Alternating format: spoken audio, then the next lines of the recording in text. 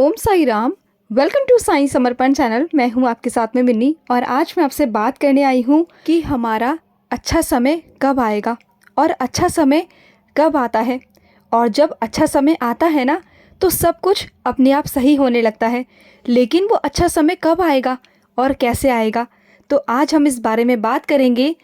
आज एक कहानी के माध्यम से जानेंगे कि हमारा अच्छा समय कब और कैसे आता है। तो एक राजा था और वो अपने युवराज यानी कि अपने बेटे के साथ रोज़ अपने राज्य में टहलने के लिए निकलता था।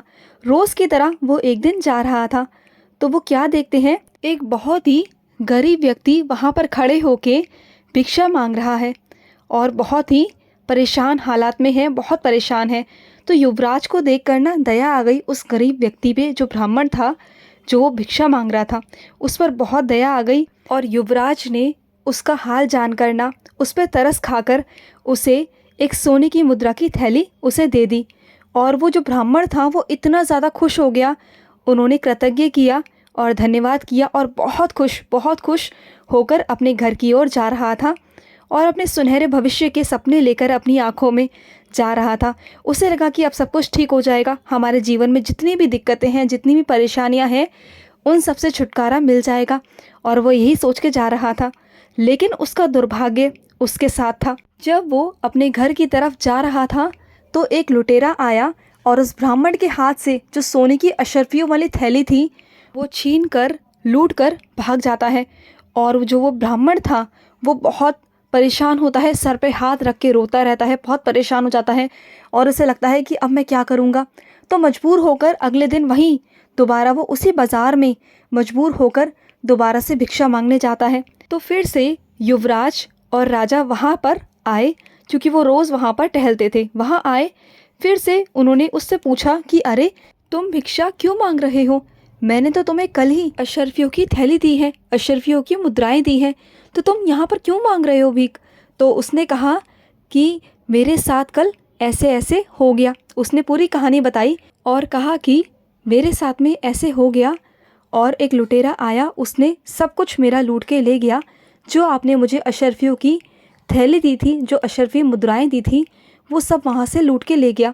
तो युवराज को उसके हालात सुनकर और दया आ गई और युवराज ने एक बहुत ही कीमती, उससे भी कीमती इस बार उसे एक माणिक दिया।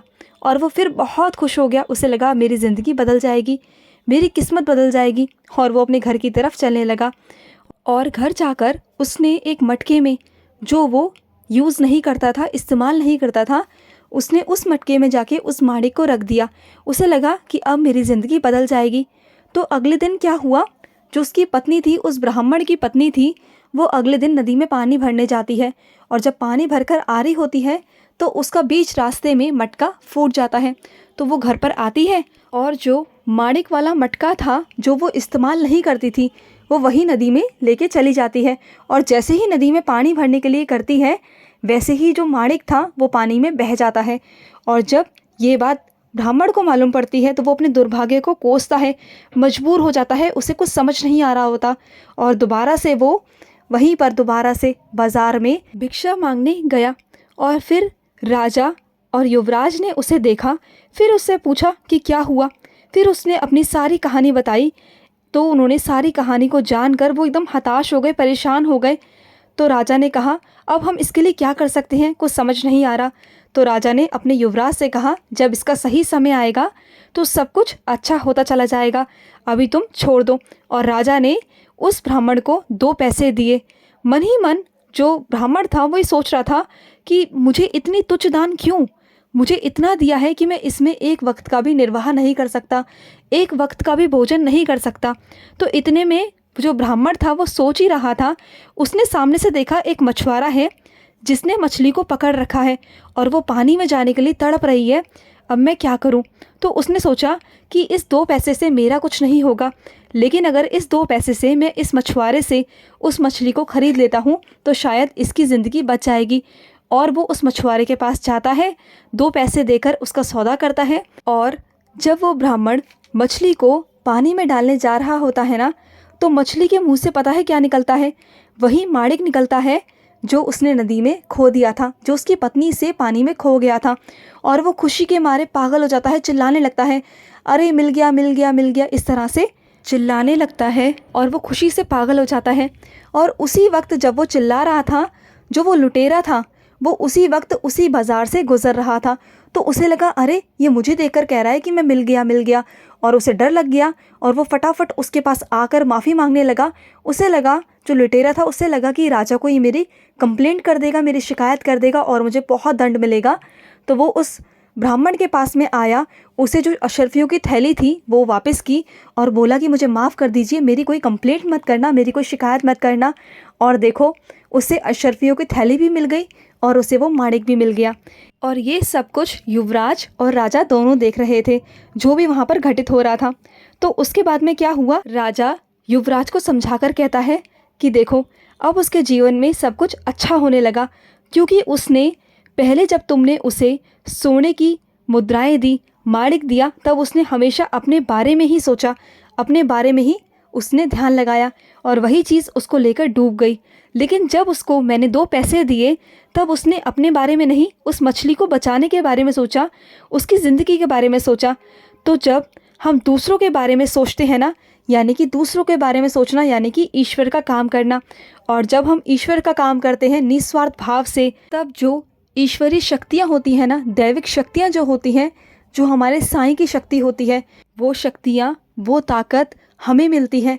क्योंकि ईश्वर बहुत खुश होते हैं जब हम किसी की मदद करते हैं, वो भी निस्वार्थ भाव से, बिना किसी लालच के, बिना किसी काम के और बिना किसी मतलब के। तो जितनी भी सुपर पावर्स होती है ना, ईश्वरीय शक्तियाँ जो होती हैं, वो आपके समय को और आपके भाग्य को बदल देती है। कभी कभी हम कहते हैं ना कि हमारा भाग्य अचानक से पलट गया और बहुत सारी चीज़ें हमारी रुक रही थी, वो काम नहीं हो रहा था, लेकिन वो हो गया।